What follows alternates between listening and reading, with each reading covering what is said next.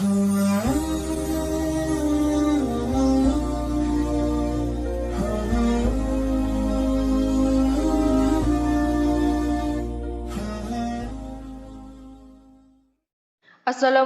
warahmatullahi wabarakatuh. Selamat datang Sobat Muslim di channel Islam Menjawab. Selama masih hidup di dunia ini, kita pasti terlibat dalam masalah. Baik itu masalah kecil yang mudah diselesaikan, bahkan hingga masalah yang sangat sulit diselesaikan. Hari ini kami akan membahas tentang tips semangat ibadah yang akan dibahas oleh Ustadz Adi Hidayat. Sebelum kita masuk ke topik penjelasannya, alangkah baiknya jika Sobat Muslim semua bersedia menekan tombol subscribe dan aktifkan lonceng notifikasinya terlebih dahulu. Supaya memotivasi kita kalau mengerjakan ini yang kita raih. Itu minimal kalau sedang malas-malas, ketika melihat itu lagi, itu muncul lagi motivasi yang kuat. Ingat pesan saya. Saya ingin tekankan sekali lagi, para ulama kita senantiasa mengambil manhaj dari Al-Quran. Sebelum mengerjakan sesuatu, dikeluarkan dulu keutamaannya. Ini kelihatan sederhana tapi penting. Keutamaan ini, kalau bisa kita keluarkan dulu, kalau mampu dituliskan. Supaya memotivasi kita kalau mengerjakan ini yang kita raih. Itu minimal kalau sedang malas-malas, ketika melihat itu lagi, itu muncul lagi motivasi yang kuat. Makanya seringkali di ayat Al-Quran itu, amalan bersanding dengan keutamaan. Misal infak tuh, ya. Ketika menyebutkan infaknya, keutamaannya dulu disebutkan. Quran surah kedua, ayat 261. Matalul ladzina yunfiquna amwalahum fi sabilillah kamathali habbatin ambatat sab'a sanabil fi kulli sumbulatin mi'atu habbah. Wallahu yudha'ifu liman yasha' wallahu wasi'un 'alim. Perumpamaan orang yang infak di jalan Allah Subhanahu wa taala. Perhatikan baik-baik, seperti orang yang menanam satu benih. Dari benih itu satu nih, dihitungnya satu dulu. Jadi kalaupun ada 1 rupiah Anda berikan, itu hitungannya bukan satu. Ambatat sab'a sanabil, dari satu ini tumbuh 7. Fi kulli sumbulatin mi'atu habba, setiap 7-nya ada 100 benih baru. 1 kali 7 kali 100, 700 nilainya.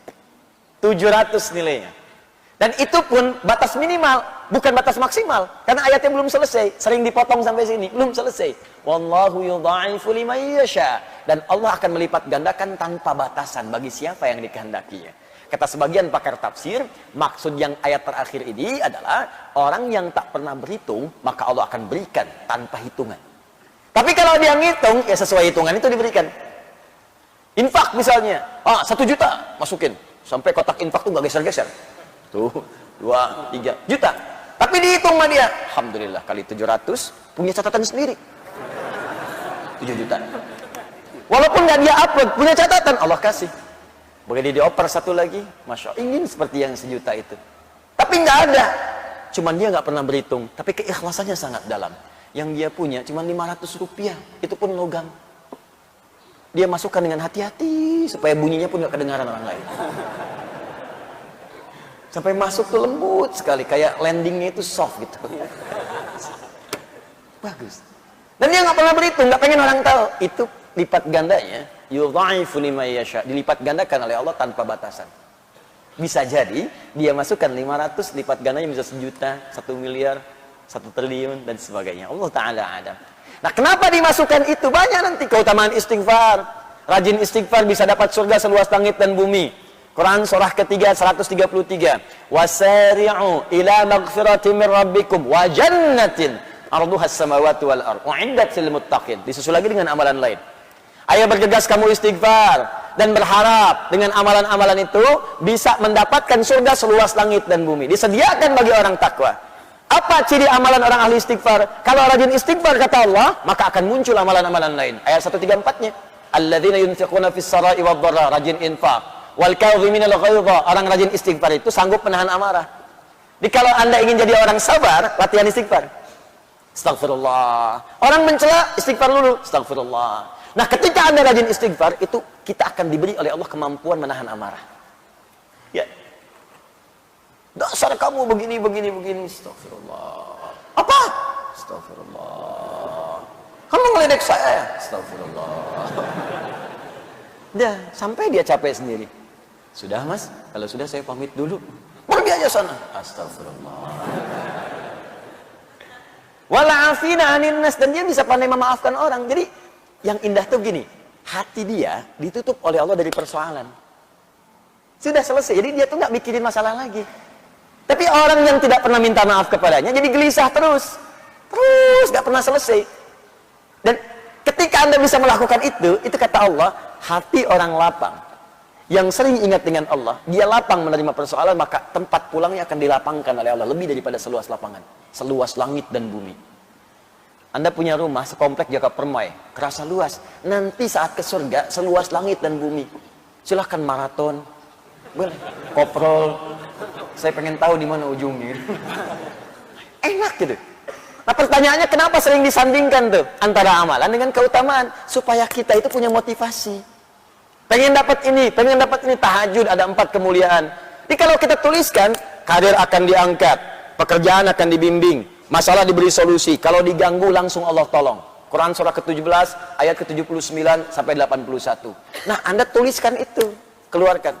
Manfaat tahajud, berikan 4. Tempelkan langsung di dinding tempat tidur Anda sebelah kanan. Jadi begitu miring ke kanan, Anda lihat itu, nggak ingat tahajud pun ketika melihat itu pengen bangun malam harinya. Kalau bisa bikin kata-kata yang menarik, seperti Kiai Haji Ahmad Dahlan menuliskan di temboknya ketika akan berdakwah beliau. Ya Dahlan, berdakwah itu seperti menggenggam batu bara. Ingat sabda Nabi. Kalau kamu karena ujian yang kecil aja, karena celaan kamu gagal, kecil kamu. Seperti memegang batu bara. Tuliskan di dinding kita. Katanya karir pengen diangkat oleh Allah. Tahajud aja nggak mampu. Katanya pengen hidupnya mudah. Tapi bangun 2 rakaat aja nggak sanggup. Katanya pengen ditolong oleh Allah. Tapi begitu Allah ingin berikan, kamu nggak panggil. Sepertinya apa sih maumu? Tuliskan di situ. Ya, tuliskan. Di situ aku kadang merasa sedih padamu. Catat tuh. Tulis di tembok kita. Begitu dituliskan seperti itu, malam bangun. Itu manhaj namanya. Langsung antum setting alarm kan? Bangunnya bismillah jam 3, bangun. Alarm 2:04, 2:30, 2:45. Ya, supaya tertata rapi. Alarm 2:15 mematikan alarm 2:30. Alarm 2:30 matikan alarm 2:45. 15 menit kan ada persiapan. Jangan dikira orang bangun tuh langsung sadar, kan duduk dulu. Duduk, ngantuk, begini dulu kan, tahan-tahan. Ya, begitu sadar jam 6. Awal-awal begitu, lama-lama makin cinta, nanti bangun lebih awal lagi. Nah, ini keutamaan dimunculkan, makanya jangan heran para ulama kita itu sebelum menampilkan isinya, tampilkan keutamaannya dulu. Apa keutamaan menuntut ilmu? Supaya nanti kalau sedang malas-malas, maaf ya, kalau ada tantangan pekerjaan lain, kita bisa prioritaskan, tuliskan. Menuntut ilmu, ini keutamaannya. Meringankan beban hidup, memberikan solusi, jawaban semua didengar, doa-doa dikabulkan. Tuh. Malaikat mengaminkan, dosa-dosa diampuni. Jadi begitu kita mau tinggalkan, kita mikir lagi. Duh, jangan-jangan kalau saya pergi ke mall tinggalkan taklim, saya meninggal di mall, dosa belum diampuni. Saya udahlah ke taklim dulu aja. Mall bisa besok lagi. Datang dia. Jelas ya? Apa di antara keutamaannya? Mari kita tuliskan. Bismillahirrahmanirrahim. Kita masuk halaman 13-nya. Saya mulai dari paragraf kemarin yang belum berakhir sepenuhnya.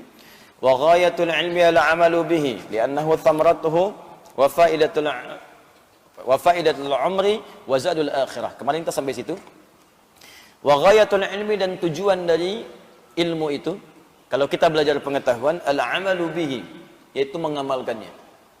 Dimohon izin, kemarin saya tegaskan, ilmu dengan amal nggak bisa dipisahkan. Justru ilmu itu akan mulai mendapatkan pahala melimpah ketika diamalkan. Anda belajar fikih sholat, kalau nggak pernah dipakai sholat, kapan datang pahalanya? Hanya berhenti di saat belajar saja. Makanya ayo teman-teman, jangan batasi di majlis ilmu. Anda yang kuliah pun, niatkan sebagai ibadah karena Allah. Begitu Anda bekerja, itu jadi pahala. Pernah nggak kepikir ke situ? Yang kuliah di ITB, di IPB, di UI, di IAIN, di UIN, dimanapun, coba niatkan sebagai ibadah. Nanti ketika diniatkan sebagai ibadah untuk mengamalkannya, Allah akan permudah dan berkah nanti ilmunya. Berkah. Jangan dikira itu mendapatkan ilmu hanya ilmu agama saja, tidak. Ilmu umum juga kalau diniatkan untuk kemudian berkhidmat kepada Allah untuk ibadah, nanti akan ada manfaatnya. Masuk ITB, pengen jadi insinyur, masuk jurusan arsitektur, keluar dari situ bisa desain masjid, Desain hotel dengan musolanya, sipilnya bikin jalan. Begitu diniatkan sebagai ibadah, berapa banyak orang lewat untuk umrah di situ? Ini jalan ini aja, berapa banyak orang lewat untuk sholat ke Al-Azhar? Subuh ini aja, berapa banyak lewat situ? Berapa banyak yang pakai keran di situ untuk wudhu? Berapa banyak yang ke toilet? Anda bayangkan, kalau cuma ngejar dunia, nggak akan dapat tuh pahala akhirat. Tapi kalau ilmu Anda dipakai untuk berniat ibadah kepada Allah, Anda bikin kemudian desain kerannya, Anda bikin jalannya, Anda bikin bagian tempat wudhu dengan toiletnya. Begitu dipakai, dunianya dapat, dunia diberikan panjar duluan. Pahala akhiratnya, setiap yang wudhu Anda dapat pahalanya. Setiap yang lewat Anda dapat pahalanya. Dan saat belajar itu demikian, Allah akan berikan kemudahan. Makanya ilmunya berkah. Coba lihat orang-orang dulu itu, yang makannya Masya Allah kadang-kadang sekedar singkong. Ya, kadang-kadang ketemu nasi pun sehari cuma sekali, itu pun dibagi lagi dengan 6-5 orang. Tapi dahsyatnya ilmunya berkah. Saya kalau lihat orang dulu belajar bahasa aja, jarang yang ada satu bahasa. Minimal 2. Bahasa Indonesia, bahasa Belanda. Never dong. Misalnya, mana si pitung? Belanda, dapat. Jepang, ada yang bisa bahasa Jepang. Orang dulu.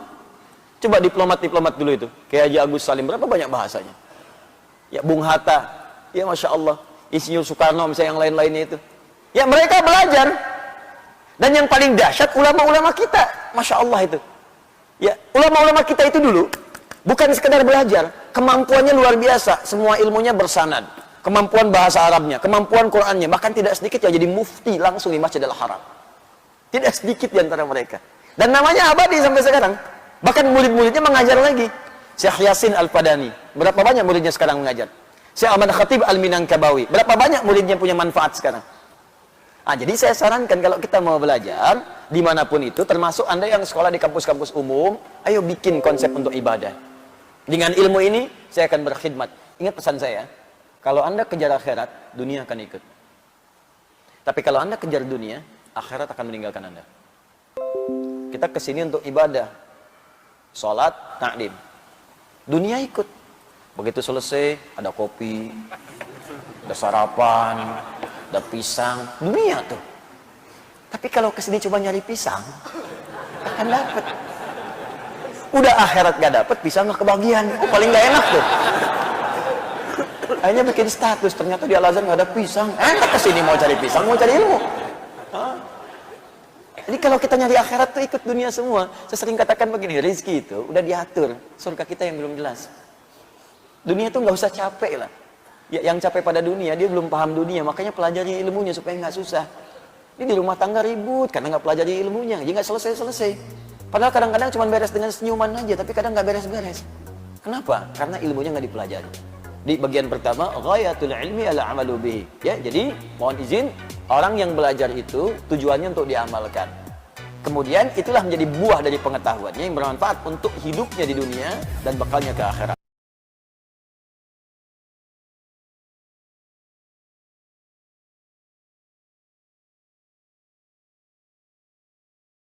Sampai jumpa di video kami berikutnya dan terima kasih.